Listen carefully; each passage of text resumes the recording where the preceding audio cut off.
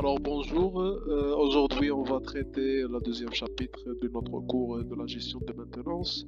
On va traiter alors le chapitre 2, la définition des principaux concepts de la maintenance. On va parler de la notion de la maintenance, sa définition, aussi la trétotechnologie, l'entretien, la fiabilité, ainsi la différence entre la maintenance et l'entretien, les KPI ou bien les facteurs KPI de suivi de la fiabilité, la maintenabilité et la disponibilité. Aussi la différence entre la panne et la défaillance, la différence entre la réparation et le dépannage, ce qu'on appelle aussi la diagnostic et la GMAO, comme un logiciel assisté par l'ordinateur, alors la gestion de maintenance assistée par l'ordinateur. Alors commençons sur notre chapitre 2 ici. Alors d'après la norme AFNOR X60010, la maintenance est un ensemble des actions permettant de maintenir ou de rétablir un bien dans un état spécifié ou en mesure d'assurer un service bien déterminé. L'entretien, historiquement il existe une opposition de sens entre les termes de maintenance et entretien. Ce tableau, dans cette figure, il donne la différence entre l'entretien et la maintenance. Alors l'entretien, c'est-à-dire dépanner, réparer. Alors dans même optique, la maintenance, c'est-à-dire prévenir, optimiser le coût de possession. C'est-à-dire on fait des actions de prévention avant tomber dans la réparation. Alors l'entretien, c'est subir le matériel. La maintenance, c'est maîtriser le matériel. L'entretien, c'est une tâche ingrate, période estivale, improductive. Ou bien la maintenance, c'est des outils spécifiques, ce qu'on appelle la fiabilité, la GMAO, la disponibilité, etc. Alors l'entretien, c'est une activité de faible priorité, faible qualification, responsabilité qui est limitée, exploitation prioritaire. Dans d'autres termes, la maintenance, c'est la valorisation du métier,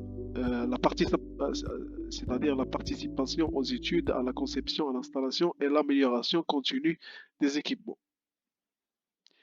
Alors la définition actuelle de l'entretien, dans l'ensemble des travaux ayant pour but de maintenir dans leur état initial des ouvrages ou équipements existants sans changer leur usage ou leur fonction. L'entretien peut s'avérer nécessaire plusieurs fois pendant la durée de vie et limite ainsi les risques de désordre ou de panne. C'est une composante préventive de la maintenance. Alors, passons sur la définition ou bien la notion de fiabilité, c'est-à-dire quoi un équipement qui est fiable. Alors d'après la même norme, la norme française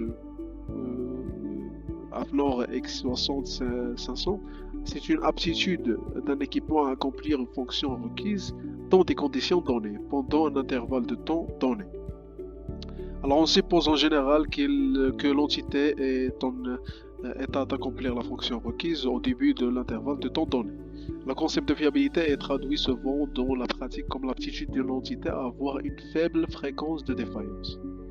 Alors aussi, on note R de T, la probabilité que l'entité accomplisse une fonction requise dans les conditions données pendant un intervalle de temps donné.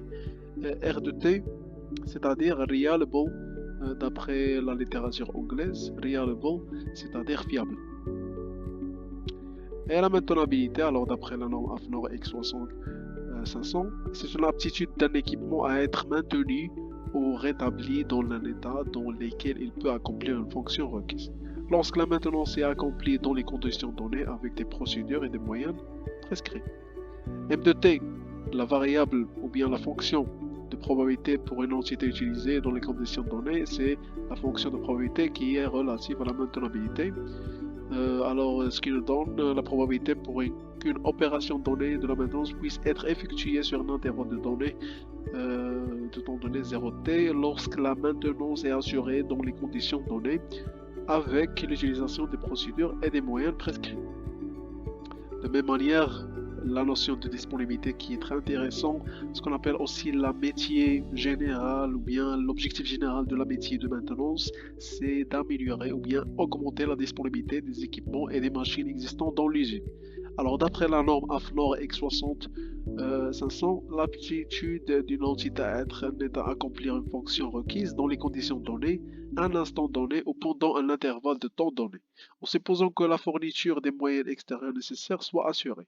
Alors de même manière, la fonction de probabilité dédotée de la disponibilité, si la probabilité qu'une entité soit en état de disponibilité dans des conditions données, à un instant donné, en supposant que la fourniture des moyens extérieurs nécessaires soit assurée.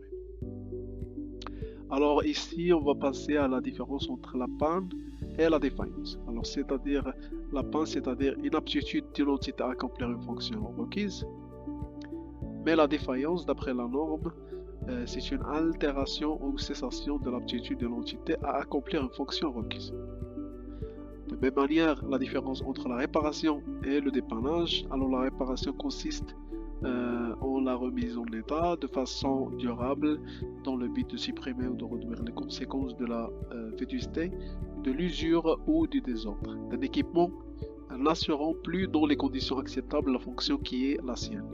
Mais le dépannage, c'est une action sur un équipement en panne en vue de le remettre en état de fonctionnement, au moins provisoire. Compte tenu de l'objectif d'un dépannage peut s'accommoder de résultats provisoires et de conditions de réalisation hors normes. Et dans ce cas sera suivi de réparation. Alors c'est-à-dire quoi le diagnostic? C'est une analyse de l'ensemble de facteurs ou de symptômes visant à établir l'état d'un élément ou de cause d'un éventuel désordre constaté afin de choisir les mesures à prendre pour y remédier.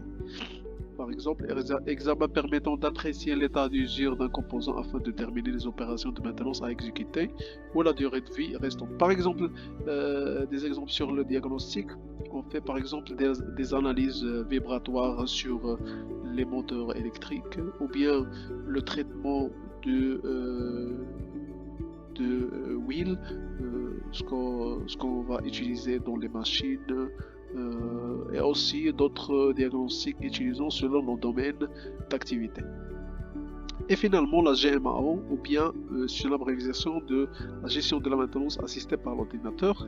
C'est un système informatique ou bien logiciel permettant la gestion des moyens nécessaires à la maintenance et la gestion de la mise en œuvre de ces moyens. Une GMAO doit donc permettre d'établir l'inventaire des éléments à maintenir, de gérer les interventions de maintenance préventives et correctives sur le plan de la programmation technique et sur les plans financiers de l'entreprise. Alors, il permet aussi de gérer les stocks et les achats, de faire une historique des interventions, de gérer les entreprises sous-traitantes et co-traitantes, d'apprécier l'état global de santé des éléments maintenus, de prévoir leur remplacement en fonction des durées de vie théoriques et des interventions.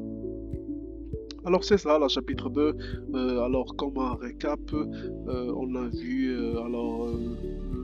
la définition de la maintenance d'après la norme AFNOR, la définition de l'entretien, la différence entre l'entretien et la maintenance sur ce tableau, aussi la définition actuelle de l'entretien, la définition de la fiabilité d'après la norme AFNOR, la définition de la maintenabilité, et la fonction de probabilité relative à la maintenabilité, la disponibilité, ce qui est très important. On va voir alors par la suite alors comment faire réaliser un dashboard ou bien un tableau de bord pour visualiser les différents facteurs KPI de l'usine. Alors on a vu aussi la différence entre la panne et la défaillance, la définition entre la définition de la réparation et le dépannage et la différence entre les deux, le diagnostic et la GMAO. Alors merci pour voir cette vidéo. On va suivre notre cours dans le chapitre 3 où on va voir l'organisation de la fonction de maintenance. Alors merci d'avoir regardé cette vidéo. N'oubliez pas de vous abonner pour me soutenir et m'encourager à créer davantage de vidéos. Si vous avez des suggestions sur la méthode d'enseignement ou les sujets à aborder prochainement, n'hésitez pas à les partager dans les commentaires ci-dessus. Merci beaucoup.